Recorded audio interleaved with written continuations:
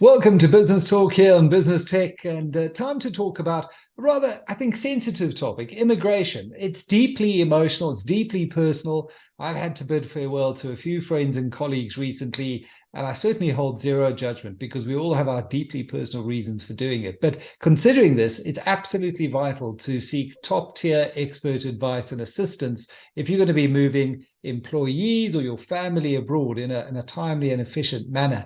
And I think someone who knows this very well is an immigrant herself, KarenLees Pollak, who's the managing director of Pollak PLLC. KarenLees, welcome to the show. You actually grew up in South Africa where you attended law school, but you've lived in Dallas, Texas for over 2 decades now. So you can certainly talk of this issue with empathy and experience. Just tell us a little bit about your journey and your law firm. Thank you, Michael. Thank you for having me on the show. So I was born and raised in South Africa. I was educated in South Africa as well. I went to Wits, yay Wits, and I got my undergrad and my law degree there. I then did my articles in South Africa. I was admitted to the Supreme Court, and then I came over to visit my father who lived in Dallas, Texas. I didn't plan on moving here, and I was just coming to visit. And I took my bar exams in Texas and California, and I landed up staying, meeting my husband, who is an American, and the rest was history. I got married, and we now have two beautiful children, a daughter who's 21 and a son who's 19. And we have chosen Texas as our place. I do miss Clifton Beach, though, I will tell you that. I was there not too long ago, and I must say, I don't know if it's climate change, but the weather was unseasonably cold. So hopefully it's turned most recently. But now, I mean, your story is very interesting because you're a regular writer and speaker on immigration issues. And as I said in my introduction, given your journey, you can really speak with some authority and empathy on this. You've won several awards, including the Top Woman in Law by the Texas Diversity Council. Given that, could you just give us an overview of the type of immigration visas that are available to South Africans who are looking to move abroad? Okay. A big picture, Immigration 101, the types of ways that you can come into the United States and live here is if a family member who is a US citizen or sometimes permanent resident can sponsor you for a green card or what we call permanent residency. That family member must be a parent, child over 21, or sibling or spouse. So those are the four categories that can sponsor you. If you're a US citizen, sponsoring your parent will take about a year. Sponsoring your sibling will take over 10 years. So category of relationship really matters. It will be at least 10 years for siblings. Immigration is severely backlogged in the United States right now. And worldwide, consulates say that there's 10 million outstanding cases worldwide waiting for consular appointments, which is crazy. The second way is if you have a job offer and an employer is willing to sponsor you for a green card. That process for South Africans generally takes about 2 to 3 years. Or an employer could sponsor you for a temporary visa called an H-1B if you have a professional degree or the equivalent, or what's called an H-2B or H-2A if you're an unskilled worker or a semi-skilled worker. So that is through employment. A lot of visas that we do are what we call L1 visas, and that is where a company in South Africa would move you over to open up a branch of the company in the United States or to work for an existing branch in the United States. So we see a lot of L1s based on that. That is a temporary visa, and then the branch in the United States, when it's up and running, or if it's already up and running, could then sponsor you for a green card. They're getting really strict on this visa. I must caution people, we used to be able to do it for little mom and pop stores where you would have a little small, let's say, hairdresser moving over and opening up a branch in the US. not any longer. They're getting really strict. We generally recommend that the South African entity has at least 10 to 15 employees, and that they will move you over to open up the branch or to work for an existing branch that has 10 to 15 employees. Oh, that's So very interesting. I mean, are there capital requirements as well, that the minimum capital requirements that one would have to meet in order to satisfy that L1 intercompany transfer? not really. There's no minimum amount that has to be invested. They are more interested in job creation and Right. how many people are employed. That visa is generally for a management level or executive level employee or somebody with specialized knowledge. Having said that, there's no minimum requirement. They do want to see that you've taken active steps to set up the business. It's not enough to just provide a business plan.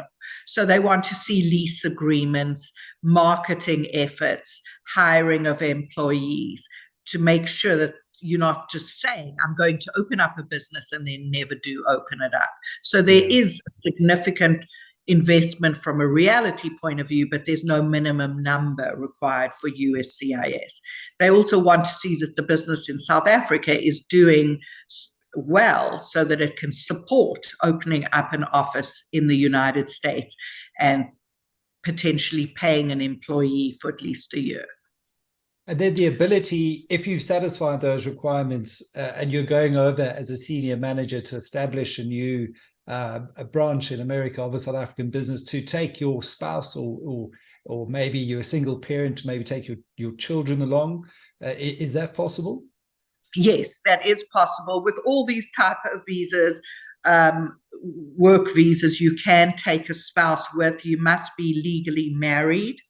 And for a child, you should be able to present a birth certificate. But once you're over the hurdle for the worker, getting the visa for the spouse or child is pretty easy to get. It could take some time because the consulates are backed up. But generally, our clients who are coming over on L1s, they go for an interview at the consulate with their spouse at the same time. And the same for H-1B professionals. So they would all get their visas at the same time. And it's relatively easy. You just have to prove the family relationships, such as spouse or child, which you do through a birth certificate. So that's not as difficult as getting the L1 for the employee or the H-1B professional visa. Would you say, when you've listed the three almost categories of visas, what would you say this L1 is one of the more common visas that South Africans are using? What are the general visa applications that your office deals with when it comes to South Africans looking for visas into the US? So those are the first three ways that you can come in, and we do specialize in business and employment visas. And as a spin-off of that is the family. So we do a lot of family-based visas where a child is now a US citizen and wants to sponsor parents in South Africa. From the business perspective, the L1 is our main type of business visa that we do for South Africans. As a spin-off of that, once the business is up and running, we do the green card, which is called an EB1, for the employer or employee to get a green card to permanently live in the United States. We also do have a significant amount of what we call EB5 or investment visas, which is for high net worth individuals. And you have to invest either $800,000 into your own business, which is located in a high unemployment or rural area, or you can invest with a regional center, which is a partnership with the government, and the money is returned to you with nominal interest after a certain period of time, at least 5 to 7 years. Right. Alternatively, you can open up your own business in a regular area. So that's about what, roughly, with the current exchange rate at around 15 million that you have to invest? Yeah. And rising. Yes, and rising, it seems, almost every day with load shedding and the way the rand is heading at the moment. That's a return of that EB5 investment green card. Have there been any changes to that investment visa? Yes. So the program, actually, we filed our last batch of EB5s. We filed was in November 2019. The program then shut down for various reasons, including COVID. So there are significant backlogs in adjudicating those visas.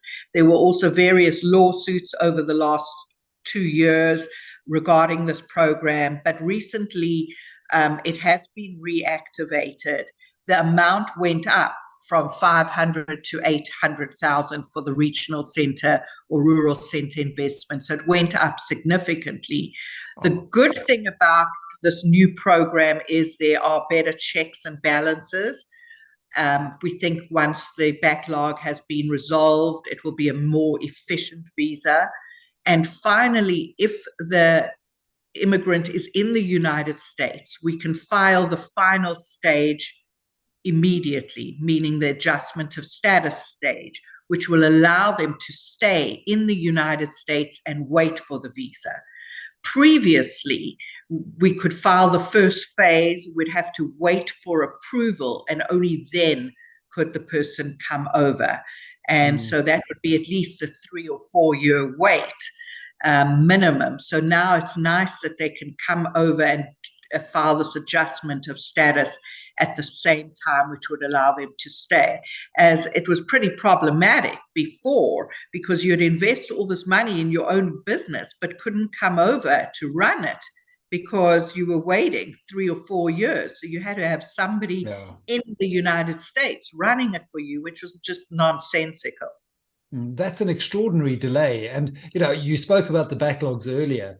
Are you seeing an improvement in these extraordinary or unusual delays in the main? And what would your parting bit of advice be if someone were to be looking to take advantage of either the L1 or the EB5 to get into the US to ensure that there is less risk of any unusual delay?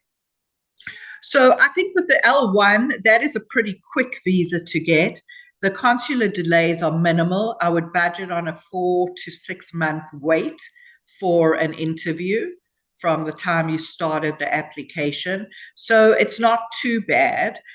We can, in certain circumstances, expedite this visa if we can show compelling reason to get an appointment sooner.